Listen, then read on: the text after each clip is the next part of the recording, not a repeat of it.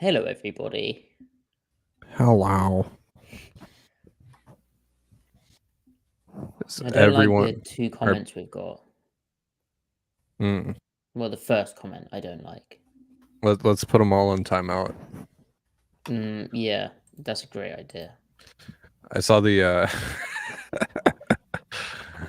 it's messed up though, because like it says on my end that you block them, But only for 5 minutes, so but for I 5 guess it minutes. achieves the same But thing, it's right? it's very aggressive wording though. Like Oh, you great block them. question from Hawk 6 and 5. What's the pick What's at the now with Denver's win? We will cover that. mm. We will cover that. Stick around when we actually start going for the thing. We'll get Hey, into that. we're talking about football within the first minute of the show. This is crazy. Yeah, that's wrong. That This is is wrong. uncharted waters for us. Oh man, the Giants are Wait, bad. these guys talk about football? Mm-hmm. The I Giants wouldn't are know, really but bad. They like used up all their bullets in like that first bit of the season.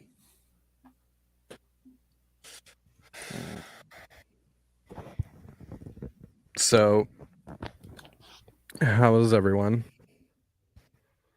Matthew, Alive. Griff, how are you doing? Have you guys completed all of your holiday shopping? No, I think I'm done for. Think so? Yes, You're behind. I don't know. The problem is, I have people in my life who have birthdays before Christmas, so I sort of get that out of the way with, and then I'm like, oh great, now I have to do Christmas stuff. Mm-hmm. Yeah, So that stings. I feel that. For sure. I'm still really behind on the shopping. What should you what present is a good present to buy? I don't know. I just buy cozy shit for my wife mostly. Likes cozy shit. She's into cozy shit. Cozy cottage core, all that shit. I don't even know what that means. That sounds really cozy. Yeah. Yeah. Are you like behind on getting gifts for your Everyone. just for everyone? Oh, okay. Yeah. Everyone. Yeah. Jesus. Yeah. Yeah. Same actually. I bought minor gifts, but I haven't bought like a main gift. Oh, minor but not major. Yeah. You know how like typically like you'll get like a headliner for someone, right? Yeah. I don't have any headliner. I might buy a PS5. Yeah, if you can find one. Yeah, that's a good point. I think they're more available. I mean, yeah, like since the God of War bundle came out, like there's a lot. I see them all the time now. There you go. So should get the God of War bundle. God of War is actually really good. It's a very good game. Well, there you go. For God of War. We have literally a question from, does that say John Cena? Oh, John Kerry for God of War, Maddie. Different famous John. You should play God of War, Maddie. No, see, when I see GOW, I think Gears of War. Which is a great game. Great at the time, right? But now kind of died. That Xbox bullshit out of here, Griff. Great game. It did die though. The servers aren't great now. Oh shit! Defensive touchdown for the Giants. That is perfect. You want them to lose, right? No, we want them to win because the Seahawks have the tiebreaker. Who are they playing? Washington. Oh, that makes sense. All right, they have this. Yeah, they have the same exact record. Okay, let's do the podcast. Okay. Oh, gonna get a PS5 to emulate NCAA 14. Can I do that? That sounds amazing. You should actually get the Xbox Series X or S, and you can actually emulate. I think you can emulate PS3 games on there. Do I need the disc? No, and you can emulate it without hacking your Xbox. There's a way to do it without like having to jailbreak your Xbox. Oh, that sounds really good. Yeah, it's like totally legal. Like Microsoft wanted people to do that. I think. I'm in my 15th season with the West Virginia Mountaineers, and we just beat Kansas State 110-0. So that was a good win. It's a big win. Yeah. I mean, Yeah, it's not great. Like, I mean, from you could have scored 210 points. yeah. Basically, I run what the Seahawks are trying to do, the 4-2-5 middle field open stuff, but I make it work. Unlike Nice. Seattle, because I got the guys up front. I got the elite D line. Are you You got the using bodies. Are you using a 2-eye or a 1 at nose? I pirate quite a lot. Oh, okay. Yeah, but So you it's don't need more to. more of a 2-eye and a 3. Yeah, Oh, okay. yeah, because middle field open, so it makes sense, doesn't it? Are you that guy that does. only plays one side of the ball and then you simulate through like the No, other side hell of the no, ball? no, Oh, no. okay. All right. That's why the You're offense is putting up points. You're not that kind of sicko. No, yeah, and then on offense, you can just like put a route into the flat from the slot, and then it breaks like the cloud cornerback, and then you can just throw it over his head. Yeah, He doesn't like teleport and intercept the ball like he does occasionally, but you know, in a certain other EA Sports football game. Yeah. You just gotta be locked in, you know. Yeah. There you Gotcha. But I should look into that emulation thing. Yeah, you should. Yeah, sounds slightly illegal, but it's fine. What if way you- that I broke Xbox the has it law? set up, it's actually super legal. What if you? Oh shit!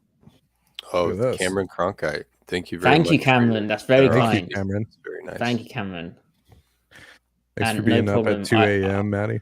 I would usually be up at 2 a.m., but I'd be like, you know, playing Where's NCAA 14. Where's Griffin Ice? Thank you for being up at what time is it there, Griff? 6 at night. 6:05 p.m. Yeah. And Nice. 9:05 here Eastern. You know, that's very late, Cameron. That's very late for both Griff and I. True soldiers. Yeah. Right. Let's get started, lads. Let's do it. Let's talk some Seahawks football. Oh, Seahawks real quick. I was in a public house yesterday, or pub, and I was wearing a Seahawks bubble hat. And as I went up to the bar, a man started shouting at me. I was like, "What the hell is this?" And he's like, "Seattle Seahawks, Seattle Seahawks, Seattle Seahawks." I was like, "Yes, very good." Correct. That's right. Well done. That's right. Are you reading my hat, or are you a Seahawks fan? Like, I think he was a Seahawks fan, but it was quite the interaction. Yeah. Okay. I just now realized why they call it a pub. It's short for public house. Okay. I never knew that. Learning British isms. Mm-hmm. Why is it called a bar? I assume because there's a literal wooden or bar, right? Right. No doubt. Yeah. Am Okay. I missing something? No, I don't think so. All right, let's go. Right. Raw day. Welcome to the Seattle Overload podcast, where it is a special Sunday/Monday edition of the show because the Seahawks didn't play. They lost on Thursday night. We're slowly getting over that. We're going to round up week 15 of the rest of the NFL action. And we're also going to talk about how that impacts Seattle. Yes, the Denver draft pick is still a thing. Yes, Seattle could still make the playoffs. And then we're going to dive into a bit of the Seahawks-Panthers tape because we didn't have a chance to do that. And also look at the 49ers game. But first, NFL scores. Ty, were you sick? Did you watch Denver again? I was Christmas shopping this time around. Right. Yeah, I wasn't. I didn't go full sicko this week, and maybe that's the reason that the Broncos won this game because I wasn't watching, of course. So they put up the most points they have in a win this year, or out of like second most points in a game this year. Yeah. No, it was reassuring that ownership actually held Russell Wilson out of that game. So if you believe the report. But It's reassuring that Russell Wilson didn't play despite his intention to. Interesting how it came out that he really wanted to play and it was ownership who held him out. You know, we're used to that sort of reporting. But anyway, yeah, Denver won 24-15 with quarterback by Brett Ripien, but it was mainly the fact that Colt McCoy got hurt for the Cardinals. They're already dreadful, but then in came Trace McSorley, who was abysmal. And now I was a bit concerned, me not knowing the playoff formula, because the Cardinals are now 4-10, and the Broncos are now 4-10, and I was like, oh no, what happens to Seattle's draft pick? Are they picking now behind Arizona? However, for whatever reason, Seattle still possesses the number 3 overall pick in the 2023 NFL draft if the season ended today. So good news. It doesn't matter. Could you imagine if that game determined if Jalen Carter goes to the Cardinals or the Seahawks? Oh my It'd be very word. sad. That would be sad. And that is the sort of player that they would be interested in, I imagine. Indeed. So, but also Will Anderson. Yes, also Will Anderson. So if Jalen's out of the picture, we don't have to fret too much, because if Will's there, we can still be happy about that. Well, guys, I don't know if you read or not, but Jalen Carter apparently has character issues that might drive him down the board. Yes, like any college defensive lineman who's a bit too good. Suddenly it's like, I watched one play where he didn't run at full speed because the run was a wide sweep completely away from him. He unstrapped his helmet a little aggressively. Real quick, Hawk65 said, what do you do if both Carter and Anderson are off the board with the Hawks pick? Honestly, think about receiver. Jordan Addison? I feel like Addison probably should go the 8 to 12 range, but who cares? He's one of these guys are going to be really good. So just what I was thinking as well, Griff? Just before Lockett ended up getting hurt, I was like, it would be a real shame if Seattle didn't make the playoffs this year, because the Metcalf-Lockett duo is historically brilliant, and Lockett is aging, and you don't know how long it's going to end. The NFL always ends very suddenly. They just often fall off a cliff or have a career-ending injury. Hopefully that doesn't happen with Lockett, but you're every year oh damn, we kind of could have used. I wish we'd had a playoff run with that. And now Lockett's broke his hand. So D'Eskridge, again injured this season, hasn't really got playing time, has been usurped by veteran Marquise Goodwin. They need to address receiver probably more aggressively, Yep. So it's a great shout. But yeah, they'll have options. They might trade down also. Yeah, and don't get me wrong, I can see the argument for taking a round 2 receiver, given that there's always a plethora of receiving options out of the draft with how college football is, and you can do pretty good out of round 2 guys. I need to look back. I'll take one Zay Flowers, please. Yeah, I like him a lot too. How do you know all these names already? I don't know how to compare. I don't know how to contextualize them. Because I haven't seen enough of other guys, but I just like these guys a lot. And this for all those cats that I was balling with. Y'all know what I'm talking about. It's almost that season, boys. It is almost that season. It is, but not yet. Not yet. And so, playoff picture-wise, notable results were all pretty bad. So the Lions won 20-17 over the Jets in a tight game.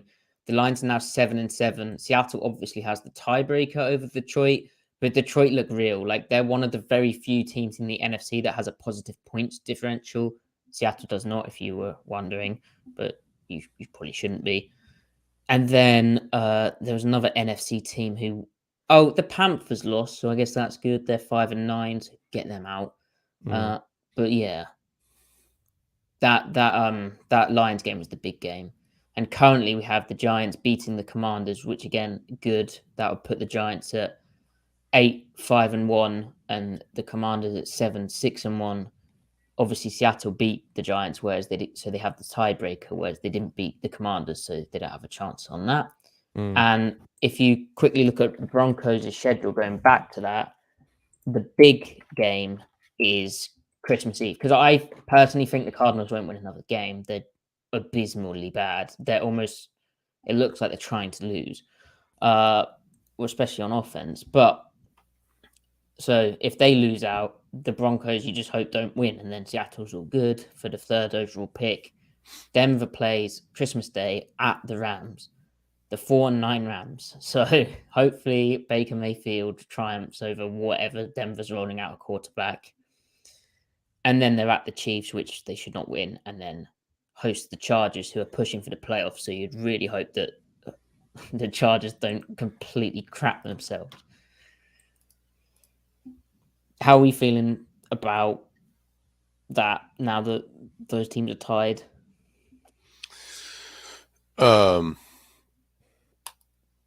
What is the Lions' remaining schedule? Let's look this up.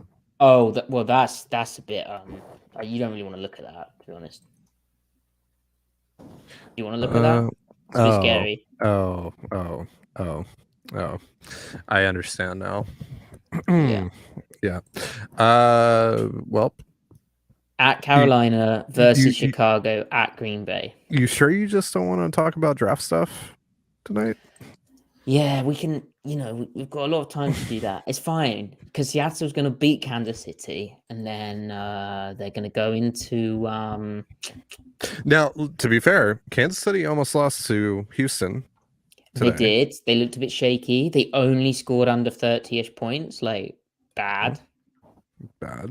So, I mean, anything is possible.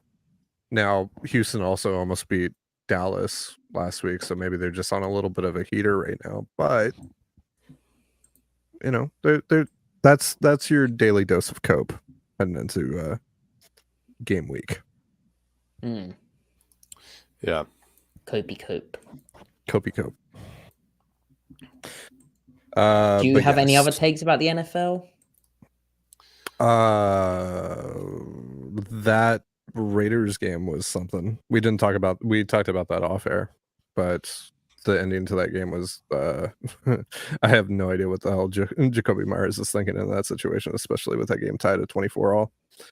Yeah, watching a Sunday of NFL when the Seahawks aren't playing is actually quite nice sometimes because you're reminded that it could always be worse.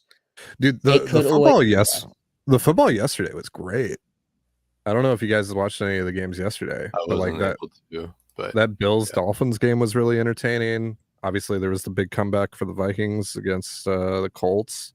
The Browns-Ravens game was whatever, but yeah, that the Bills-Dolphins game was really fun.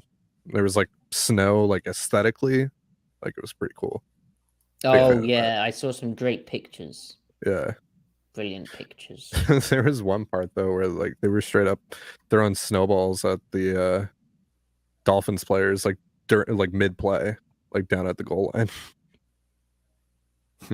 Wow. Fans were pelting Dolphins players with snowballs. Yeah, they were just waiting for their turn in the gulag. They were waiting to spawn in. What do you do in that situation if you're the referee? Can you actually penalize the crowd? The thing though is that if you set that precedent, which it is an option for them, but if you do that, then you can get false flag operations, an opposing fan dressing up in the home team's garb and trying because if I was, I wouldn't do this, but Dolphins fans, if they were there, which there's probably a handful, I don't know if people are making the trip from down south all the way up there, but if they're there, they're like, oh, let me throw some snowballs on the field and help out Tua. Sounds like you do it. You think I'd do that? It kind of sounds. Yeah, it kind of sounds like it all planned out. Yeah, it's not. Yeah, it sounds like this isn't the first time you thought about this. Yeah. All right. What if we talked about the Seahawks? Oh, do we have to? That's a crazy idea, Griff. I don't think we're contractually obliged. I don't actually think it stipulates that we talk about the Seahawks. I think we can talk about what we want. Now, you, the listener, may enjoy more Seahawks stuff. That is kind of our repertoire, right? But do we have to? I'd personally prefer not to. But yep. But hold on. Oh, the guy in my ear is telling me that we are contractually obligated to talk about the Seahawks. Oh, shoot. Yeah. Well, what can I do? I guess we might as well. Where do you want to start with this? Yeah, Griff, what do you want to talk about with the Seahawks? yeah, Clearly, Griff. you're This such was a your fan of idea. it. Yeah, you're Yeah, like, guys, yeah. we got to talk Let's about talk the about the Seahawks. Yeah, let's do it. Let's fire up the first series of the Panthers game. Okay. Two good run stuffs followed by a horrible 3rd and 10 run. Okay. Oh, so you're just building us up to knock us down. Yep. That's what it sounds like. That's mean. It is a bit mean, isn't it? Right. This is the start of the. Why is it doing this? We're having technical issues here on the Seattle Overload podcast. Oh wow! Look at that Mm, big thing. there we go. This is my annotation device, Griff. You haven't seen it before. As you can tell, I'm very good with it. And then it's shut down for some reason. Yeah. What did you want to talk about on the opening drive, Griff? Well, the first drive series, actually really the whole first half, Clint Hurt was pretty, and Pete Carroll and everyone involved pretty adamant about matching personnel accordingly. So like Panthers obviously are in 12 person or 22 personnel. No. They're in 21 personnel, sorry. 21 personnel, 2 back, right? 1 tight end. And Seattle comes out on a very familiar looking front. Technically it's like under, but then the tight end motions to the field, so now it's over. But they're playing something that they played for years, right? It's basically a reduced over front. So Al Woods is your big end. Think Red Bryant, Michael Bennett. Really, the role never left when those guys left. They just had other guys playing the spot. This is the penalty. But so they have Quentin Jefferson as the 3 technique and the over. Poona Ford is the weak 1 technique. You got Al Woods as the weak 4-eye technique. And Ryan Neal's down in the box, so it's gapped out defense, meaning there are 1, 2, 3, 4, 5, 6, 7 blockers, so 8 gaps. You've got 8 defenders in the box, 8 primary fitters. So everyone just has 1 gap. They can all play fast. You've got a threat in the backfield, a blocking threat with the fullback, right? So those weak side runs, that weak B gap is no longer a bubble because you got Al Woods in there. So pretty much they're trying to stay sound for the dangers that are presented with a fullback, and then also they're even more sound. They can be aggressive because they're playing a 1 gap defense right now, and they're pretty much saying like, we can't do it from too high right now. We need all hands on deck. So roll Neal into the box, and play ball. Now later on, so that they get like zone lead here when the play starts rolling. Later on, I think there's an issue with Ryan Neal rotating down to the safety. But that's not really evident right now. But the countermeasure is we get pirate stunts as well. So it kind of takes away problems there. Okay, so same deal. So they're in an over, but then they bump it. They motion them over. I think they did that on purpose. Or they were in an under front, but they knew motion would be coming a lot. So really, I think they wanted to be in an over front, a reduced over.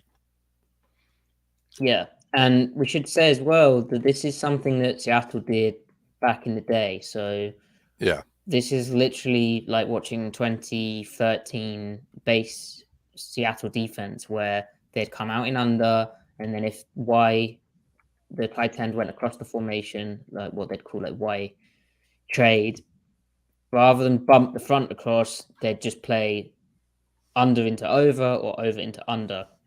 Yeah. You see here how Neal's down to the tight end, and so that was the core call of Seattle, just as Neal away from the tight end was when they're running under. Right. So we get a pirate stunt too, but so it's like weak zone lead, right? So Brooks has to fit that as the lever player, the turnback player. He has to keep his outside, his left shoulder free, and fit the block up with his inside shoulder. And then Barton, because if you get a lead run to a part of the front where there's no bubble, then that means Barton doesn't have to spill the fullback. He can just play the A gap, or technically, because he would play off of Quentin Jefferson, really, because there's a Pirate involved. But this play just shows, like, when they focus fundamentals and they focus, soundness, you could say, they have the guys to perform and perform well. Yeah. And again, this kind of translates the San Francisco game, where they ran basically a similar base approach as this. They went away from this in the Carolina game, I believe, because Al Woods got hurt. But in the San Francisco game, they just said, well, even with Mona getting hurt early, we're just going to do it. We're just going to play Puna Ford at the big end spot, like the 5 technique, even though he's playing 4-eye. But the what would they call it? Like the away from the 3 technique end, like the opposite of what they used to call the Leo. Yeah, like or Bruce they're going to play Irvin Mark here Adams is there. like Bruce Irvin's playing Leo and Noos is playing Sam right now. If this was 2014, and then like this is how you let Quentin Jefferson work as a base 3 technique. You let him play fast, so you slant him, ask him to gain a gap, and he can do that. And he doesn't have to read the play; he just goes, and that's where he's not going to get reached. So like this is good football. Like you got Puna Ford power stepping here, right? And he can just get into the block immediately. He can come forward, hands, hips, feet. He wins that block, and it goes nowhere. Al Woods is a monster. No one's moving him. And then you get your 3 technique Leo side playing fast. Cody can just fit off of the backside, like messiness. Neil isn't going to have anybody climb to him, because you have the Pirate. He can just, scrape down the line, squeeze down the line, right? So everything's good. Everything's Cody's good. almost like a pure, like, off the fullback fitter because of the Pirate. Like, he doesn't have a gap, so he can just flow with it because he knows Neil's the outside guy. Right. So, and then the next play is interesting because look what front they're in. They're in their over G front. So heavy 2-eye, heavy 3. You got 2 stand-up edges, right? So like a 2-4, right? This is the 2-4. Now, but while this has been a problem for them at times, they're saying anytime we're in this front on a rundown, we're going to make sure we're gapped out. So if you're going to abandon bear or reduced over even or over under front, if we're going to abandon that, we're at least going to be gapped out 1 high again. So yeah, you can see they've got, it's like the explanation I did, but they've got a guy for each gap in the box, which is what Biff means by gapped out, where they like fit it all up. The phrasing gapped out or out gapped. So if you're gapped out, it means for every gap you have a defensive player. Whereas if you're out gapped, that means if there are 8 gaps and you have 7 fitters, you're out gapped. Now you can have 7 guys in the box with 8 gaps, but technically have your safety be a primary guy in the fit, not just help, but primary. You can still be gapped out then, but you're still outnumbered in the box in a literal sense. In this case, they have even numbers in the box, so they're good to go. Is there typically like a gap that you want that 8th guy that's not in the box to fit? Like just going off of that. It can, because if you're bringing a guy from depth, you want it to be like the path of least resistance, right? You want it to be easy, because if he's coming from 10 yards out, that's a disadvantage as opposed to if you're 5, like a linebacker on average. So, you don't want to, you kind of want to keep him protected and let him clean up. So usually an outside gap, you want to spill it so that path is not diagonal. That path is as straight as it can be, because that's literally less distance. The more diagonal it gets, the more yards you have to literally cover. So I guess going off of that too, like if you're getting someone to bounce outside, that's going to take up more time and allow for the safety to come up, right? To have more time to come up.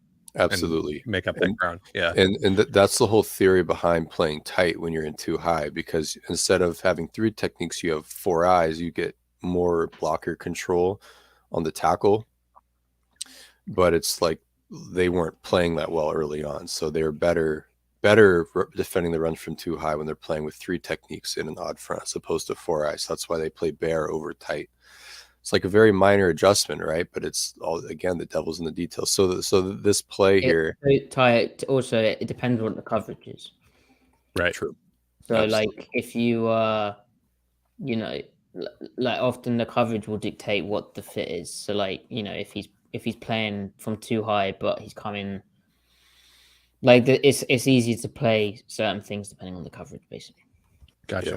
Because that's the space they're responsible for in pass defense, right? So this motion pulls Neal out of the fit and then pulls Kobe in. So it kicks Neal out and pulls Kobe in. So that's an advantage for McAdoo and the Panthers because now they have a nickel back in the fit instead of a strong safety, and you'd rather have a strong safety in there, right? So motion pulls him in. But this play is interesting, and we see how the heavy techniques allow Brooks to fall back to stack the running back and not, because even though they're playing with gapped out principles, Brooks can kind of BS the gap he plays and just follow the running back. So like this is them operating how they want to operate. And look at that. He even gets hands on a blocker and makes a play. And will really show like here. So Al Woods is your nose tackle. He's playing a 2-eye inside shade on the guard. And then Puna is technically a heavy 3. So he's the B gap player. But because he's heavy, he can play more control on the guard. And that allows Brooks to kind of BS playing late to the A gap so that he can track the ball. So Neal's out of the fit. Cody's technically your B gap player. Woods A, Brooks A, Puna 4B. But it gets really interesting once the play actually hits because watch what Brooks does and how he fits off of Puna on this. I think it's a duo run.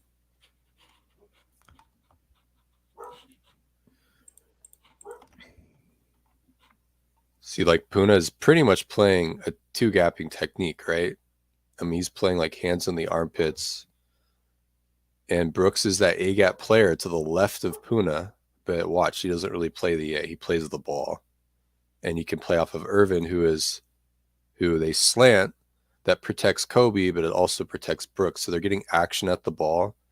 And that allows Brooks to play fast and not play lateral and slow. Like the whole picture works because Puna's controlling the gap.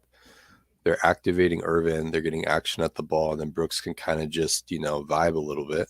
Yeah, because if the runner hit up Brooks's A gap here, because Irvin's played gap control well, and Puna's keeping the guard off, Brooks would be able to beat the tackle inside the A gap. Like, absolutely, he'd be able to act if the run decided to cut back up here, like this.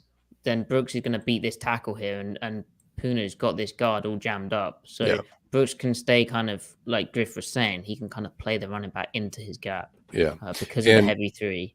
And I think so. Like they start off this series, the opening drive, with like being exactly what they're trying to be. And like, why immediately abandon your heavy reduced over front?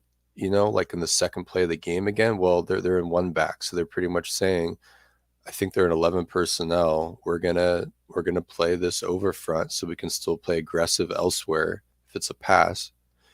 But we're gonna at least stay gapped out to let our guys play aggressive if it's a run and not that there be any confusion. So it's like, hey, they know what they're risking by playing a nickel over front a nickel even front as opposed to heavier. They know what it is, but the fact that they are executing the way that they're supposed to within it allows them to do that. So that's like it's like a success so far. So Matt, I don't know if you have anything else to add on this play, but it's this 3rd and 10 run that is just absolutely mind breaking. So like immediately they're in 2 back. It's 3rd and 10. They're spreading you out with the receiver formation, the receiver splits. You're in 2 high. It makes sense. 3rd and 10. You're thinking pass, but like you can't get too you can't act like the run doesn't exist here. Like, I don't know why why they're really trying to rush Sam Darnold. They have 2-3 techniques. It's like a NASCAR front. I feel like it's playing with fire a little bit too much. But Yeah, maybe that's hindsight, Maybe that's just too much, hindsight. No, but it's not though, because live I was like, oh, it's two back. That's a spread up formation, and they better stunt here or do something. You can say it's hindsight, and yeah, but it's silly. It is silly, and you can see, as Griff was saying about his out gapped thing or gapped out. Here you can see they're out gapped because Seattle has two guys high, 7 gaps, six man box, 6-man box. Yeah, so and that is a problem. Especially with the way that they can, with the two back, one of them can move. He could block to his left or to his right. You don't necessarily know where that gap's going to be, so you can't really ask a safety to cheat as well as you could as if it was like a tight end where the gap is attached to the line of scrimmage, so it's stationary, and you can sort of cheat the math more easily. So if we play it out, the fact that they're outnumbered in the box. And what they could have done is what we said is they could have done that pirate stunt again, where the 3-tech slants a gap over into the A gap, and then the defensive end slants a gap over into the B gap, and then they spill the block of the fullback to cheat the math. It bounces the ball outside, then the guys who are outnumbered in the box can rally to the football. It buys them more time. You could also then spill the ball to the perimeter and the boundary cornerback, Tariq Woolen. You could involve him in the run fit to cheat the math, or you might buy time for the safety who's playing hard off that. But the fact that Seattle saw two back and they didn't have a check for it, and this is a common theme of like throughout games, they're not very proactive. They sort of get a problem posed to them and they let it happen. And you'll be like, oh no, don't do that, and then it happens. So you can see here, Darnold's actually looking at his wristband because he's like, oh hell yeah. Is that Tabor? Tabor tries to show us that he's coming down, but we know he's not. Even like Neal here is like the way he comes up to the line of scrimmage. That is because he was trying to influence the pass protection scheme. He's thinking pass. He comes up to fake as though he's blitzing to try and get them to slide or play man-on-man pass protection, try and mess with the blocking scheme and get one-on-ones for his 4-man rush up front. Smart. So this, what is the coverage? Is the coverage 3 buzz? Is it cover 3 buzz, or is this quarter half with quarters to the slot side and then cover 2 weak?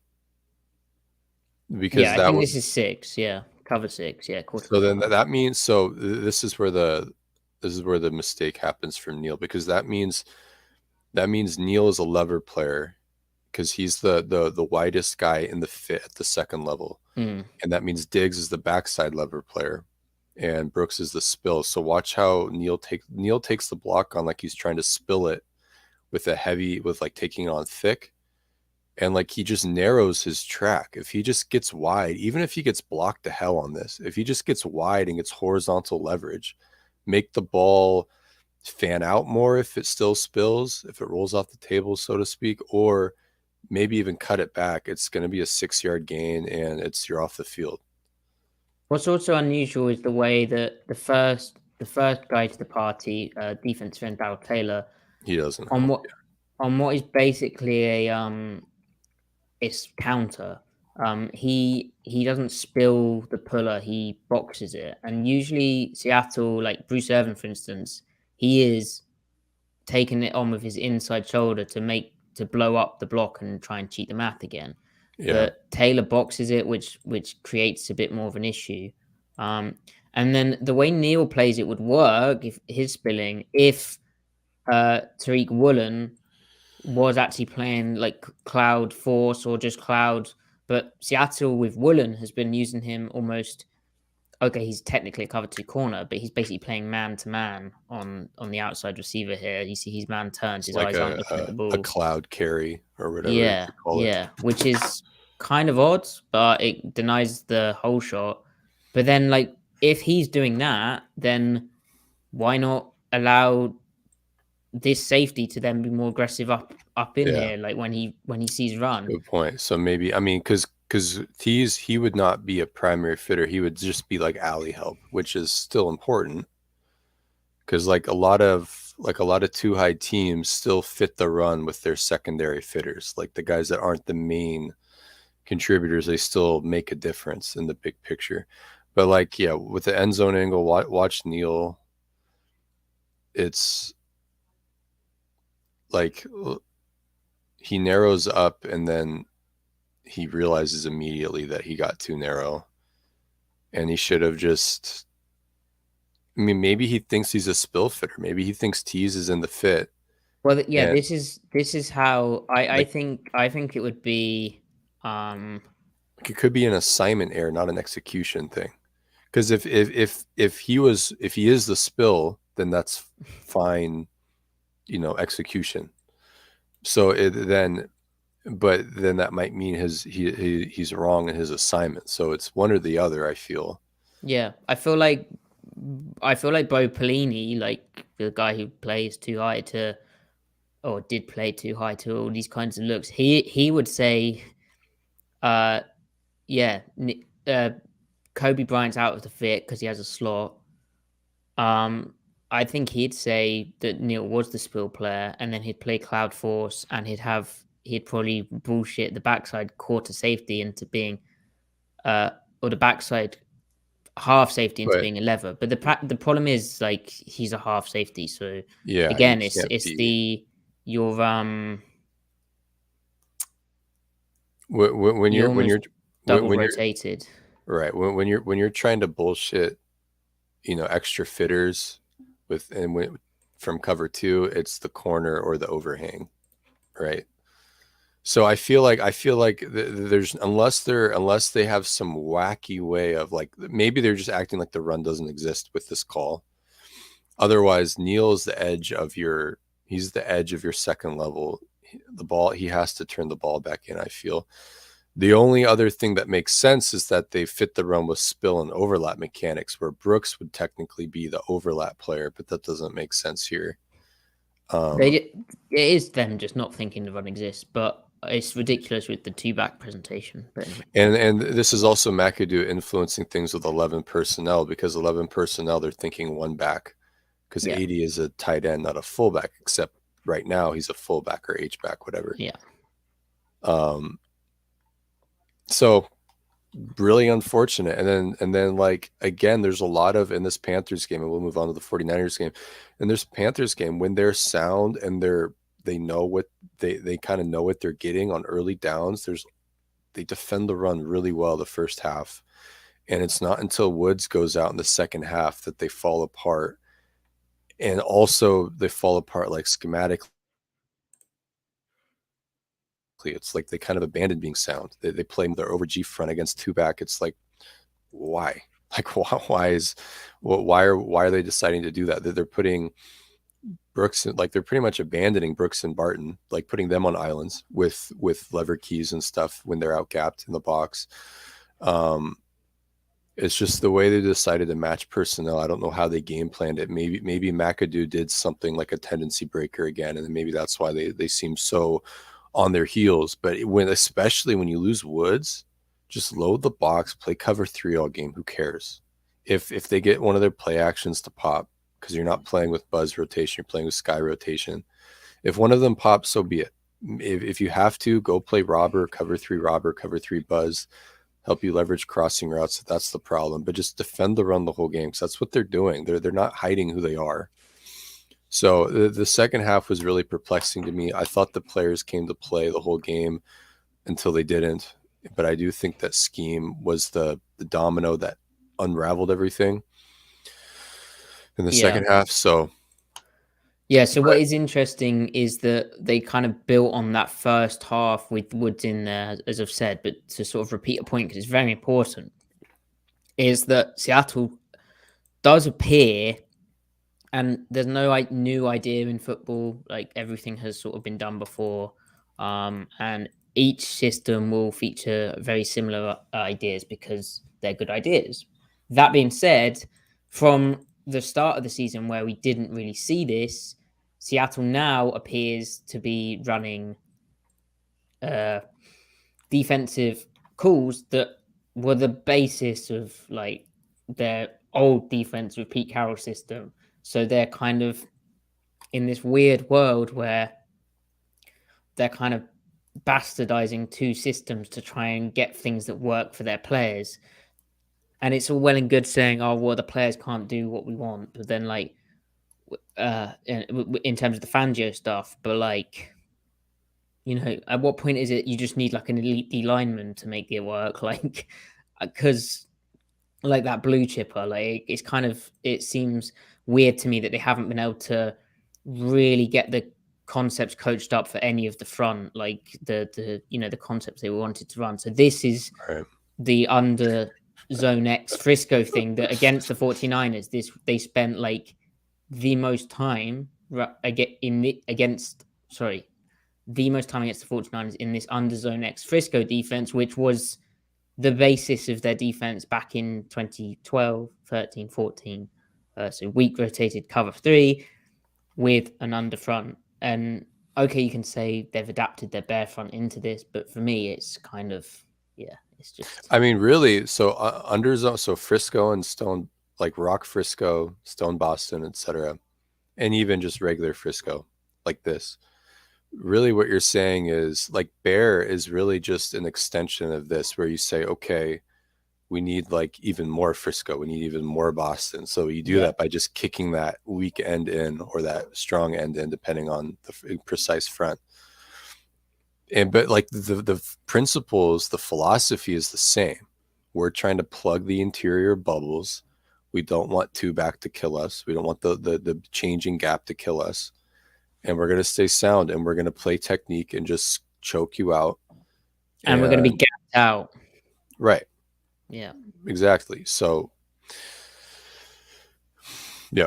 Yeah. So that is the main takeaway. We'll get into the 49ers tape in a bit more detail, including the offense stuff, next Thursday in our show. But that was a brief look at the Panthers game and how there was sort of the roots of what's to come.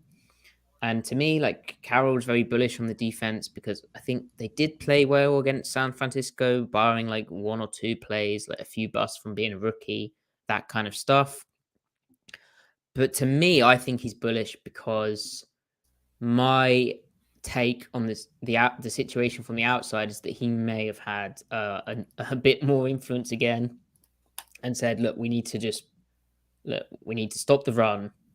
We need to play football that's going to stop the run at first. And how do we stop the run? Well, we go back to the core calls. You can do it out of 3-4 personnel. Heck, Seattle, they always said they were a 4-3 with 3-4 personnel, right? So you can do it out of that, and they are doing. And I don't recall. Now, against San Francisco, Seattle was always tempted to get into basically under from their bear look because of like the issues of not only that it covers up the bubbles, but if I share my screen again. And Shanahan hates it. I mean, that's why he hired Robert Saleh, because he hates scheming against. Like he said that, like it's too sound. It presents too many answers on paper. Yeah. And he doesn't like that because his whole game is what hurts you on paper, and I'm going to run that. So if we, I'll just put this in a better color, but the other thing that under allows you to do, and why Seattle loves it against San Francisco in particular, is it stops power because the defensive end, say this defensive end wasn't here and they were playing bear, so they had a 0 technique and a 3 technique here, then this tight end, as we've spoke about before, has a clean release to this linebacker here, and it hits up this C gap because this guy flows outside of the puller, this guy's the force, This guy comes crashing through, and then it goes right up here with a backside pull up here. But what under allows you to do with my very messy drawing is under has a big ass 5 technique right in that C gap, and so if you're going to down block, then the white end's going through him, and he can't go and get the inside linebacker off the ball on the backside. So you end up getting a clean bracket on that lead block. The Mike and the Will inside leverage, ball goes nowhere. Yeah. So Seattle has always like that against San Francisco, but nonetheless, I don't recall seeing it in the first game these two teams played. And obviously San Francisco is very different with Trey Lance in there. But I also like the big thing for me is that we were calling out for more of this stone front up here. We were calling out for this 6-2 look because of how the weak reduced over front removes the bubbles of the defense, as Griffin said, and it will help them play gapped out and stop the run and help them play 2-back and the problems against it. And now, lo and behold, they've suddenly started running it at a higher rate, albeit what they do now, because they don't have a Cam Chancellor, is rather than have the strong safety down at the line of scrimmage and playing as the force player, what they do now usually, and also to combat some constraint plays, is they have the defensive end wide and the strong safety is often off the line of scrimmage playing up in the C gap rather than to the tight end side. So that also doubles letting the left end play a little bit more aggressively if it's a pass. You can kind of get up. Yes. Yeah. So it's sort of been adapted to the modern game, but that's something they did again with like Ken Norton Jr. in 2020 and 2021. They had that tweak. So it is, to me, I don't know. I think my theory is that Pete has probably stepped in and said, look, we should just go back to this so that we can stop the run and get in the playoffs. And it almost worked against San Francisco, but we will dive into that in more detail on Thursday, as I said. Griff, do you think maybe Pete's had another word, or am I deluded? No, I mean, I agree with you that I think Pete is definitely inserting himself. I mean, when your run defense is that bad, or when it has been that bad, then you have severe, like, it doesn't matter how good your pass defense is or can be, like, that's total system breakdown. You at least have to get yourself something within the realm of like 20th ranked run defense even, because even that is not very like efficient running, right? So you just need to not be horrendous. Like, again, the 2012, 2013 run defenses were average. The 2013 defense is one of the best defenses of all time, and it had average run defense. It just wasn't a disaster. It was fine, nothing better. They didn't really get elite until 14, 15, 16, and it's no coincidence that Michael Bennett became a 3-down player at that point, replacing Red Bryant. I loved Red Bryant, but Michael Bennett was just different, right? Elite run defender and pass rusher. So they have the guys, in my opinion, to absolutely be average. They were 10th last year with, in my opinion, in the box, they made upgrades. Shelby Harris is an upgrade over Kerry Hyder. Kerry Hyder was playing 3 technique for them last year in Bear. Now you have Shelby Harris doing. I'd rather have Shelby. Quentin Jefferson is a minor upgrade over Rasheem Green as a run defender in Bear. Rasheem Green's 275. Quentin's 290. I'd rather have the 290 guy. Even if he's not a good run defender in isolation, he's still an upgrade over the snaps that was being played in his stead last year. So I think, it doesn't make sense if with every single player in the box has a regression to varying degrees or is all over the place. It's not enough to just say, oh, well, they just got bad. Like, there's something deeper going on. So yeah. And I don't think they have got bad. I think they struggled with what's being asked of them, and a lot of the mistakes just look like they're not on the same page, and there's not quite the understanding of why they're doing that thing. Right. And that to me really does point towards, like, it certainly should lead to concerns over what they've been coaching. Like, I don't know how you can't translate to NFL players what you were trying to get out of it. So I feel like you kind of start from the ground up, and you make sure that you can fit the run from any look, and you at least know exactly what you're doing, and you kind of isolate your scheme down, and you really, because they still don't want to be, once they fix the run, whether that's this year or this offseason, they're going to fix the run, but they can't be a one high team forever. They still have to go back to two high for a variety of reasons. So they're going to figure it out. And that might just mean being less multiple in the pass game the way they want to be. And you just have to cut your losses. The best way to offset that, the lack of multiplicity, is finding elite pass rushers, because it just makes it easier. It just makes everything easier. But you know what's in my mind as well? Like back against that, in that first 49ers game, they ran the 40 front, like Fangio's version of Stone, or Boston, the reduced over front. So why did they not go back to that? Why have they? Do you see? Like, why have they gone back to Stone in Pete's design? In Pete's sense, because to me that only points towards it being Pete who's said we're doing this. Yeah. And like, so we said this before we recorded. Clint Hurt has, as we know, a very diverse coaching background. Like, it's really cool just that he gets to made all these stops, but he's been in Seattle since 2017. He spent 3 years coaching Frisco and Boston, which is their under and over front, and with some Bears, a supplementary call, right? And then it wasn't until 2020 when they started majoring in Bear 3-4, their brand of it, but still 3-4. So he knows, you could argue that he probably knows Pete's system, maybe not in theory, but in practice, he knows it better than Fangio's system, because he was in Chicago in 2016. He's been in Seattle since 2017. So it might also be that Hurt might be a little rusty, and especially going back to Fangio, not as a defensive line coach, but as a DC, where he's away from the D line a little bit more. Like, Hurt might have been fine if he was still the DL coach and they moved toward Fangio stuff, right? Theoretically. So at this point, you kind of need to go back to what you know, what Hurt knows, what Pete knows within this world, and still, like, they can live in the two high world they want. Last year was proof. They can make it work, but they just kind of need to go back to that.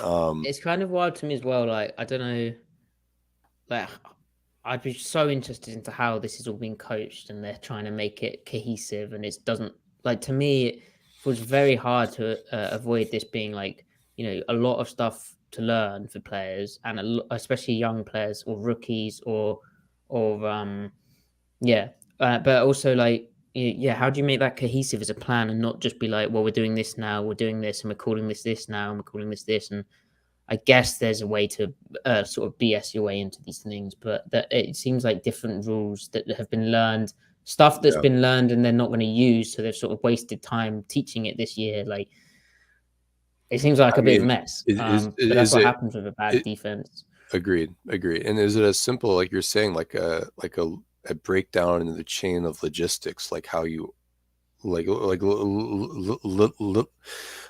know what I'm saying. Just basically, like, you know, the way you communicate. Is it not actual the football, the theory, and everything? There you go. Well, maybe we'll get some answers at the end of the season.